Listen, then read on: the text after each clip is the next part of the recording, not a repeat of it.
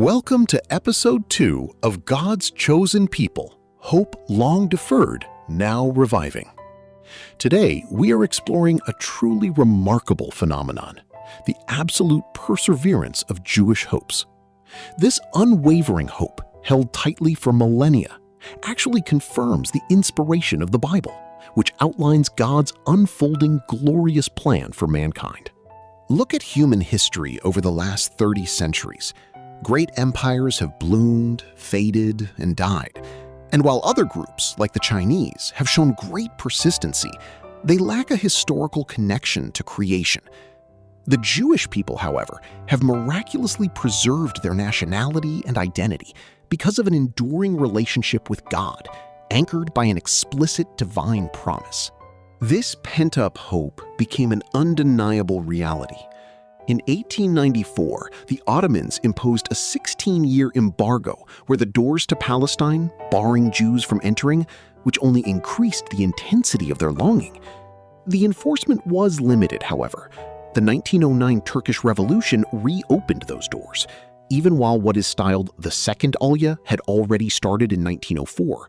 And by 1914, an estimated 40,000 Jews entered Palestine and Jerusalem.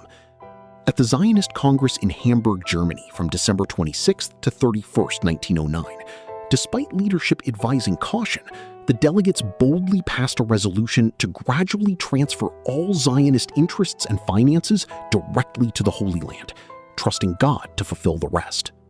Astonishingly, the very geography of the earth is responding to biblical prophecy. The climate in Palestine in the late 19th and early 20th century started rapidly improving with increased rainfall, and a Hebrew agronomist named Aronson even discovered a new strain of wheat perfectly adapted to the Holy Land's specific soil. Furthermore, massive efforts have been commissioned to reclaim the Tigris-Euphrates valleys, the cradle of civilization and Abraham's original home. While Israel today, 2026, has no direct territorial claim or presence in the Tigris-Euphrates valleys, which run through Turkey, Syria, and Iraq. While Iraq and Syria struggle to manage the collapse of the Tigris and Euphrates irrigation networks, Israel has decoupled itself from natural water scarcity.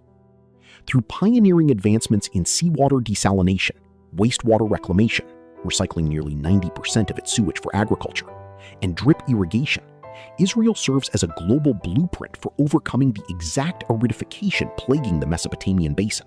History is filled with conquerors like Nebuchadnezzar, Cyrus, Alexander the Great, and Napoleon, who dreamed of global domination through military might. These human ambitions have failed, and efforts at rulership continue to fail, making way for the exclusive, divinely ordained Fifth Universal Empire, for the Messiah and his elect to be established on their ruins. Unlike pagan empires built on military conquest and rich revenues, Israel's ambition was completely different. Given to Abraham 1,400 years before Nebuchadnezzar, their goal was to be consecrated as an agency to bring the world into subjection to divine law. King Solomon prefigured this by expanding his borders, not to conquer the globe with armies, but to establish a kingdom of peace, showing us that true dominion is built on divine supervision. How can we be so sure of this ultimate victory?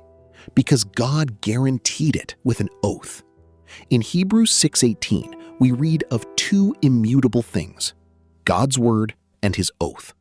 He promised, "In thy seed shall all the nations of the earth be blessed," making this an unconditional covenant that absolutely cannot fail. Yet the path to that kingdom has been a furnace of affliction, refining a peculiar people. After the tragic division of Judah and Israel and the Babylonian captivity, out of millions of exiled Jews, only 55,000 devout souls braved the return to their desolated land under King Cyrus. Through the centuries, while political factions like the Sadducees doubted the promise and the strict Pharisees lost the true spirit of the law, a faithful minority of Israelites indeed remained pure in heart, eagerly waiting for the consolation of Israel. While the people of Israel in AD 29 were in expectation of Messiah, They thought that the Messiah would immediately manifest in power and glory to emancipate the world, but they missed a crucial legal requirement. The law demanded a life for a life, meaning a perfect human life was legally required to redeem Adam and his race from the sentence of death. Jesus humbly submitted as the anti-typical Passover lamb, fulfilling the requirement that the spiritual sacrifice had to occur before the earthly reign could begin. This brings us to the great centuries of delay, which the scriptures describe as a mystery hidden from past ages. The Jewish people have been deeply perplexed, living without prophet or priest, while looking at a nominal Christendom filled with confusing doctrines, what Revelation 18:2 calls a cage for every unclean and hateful bird.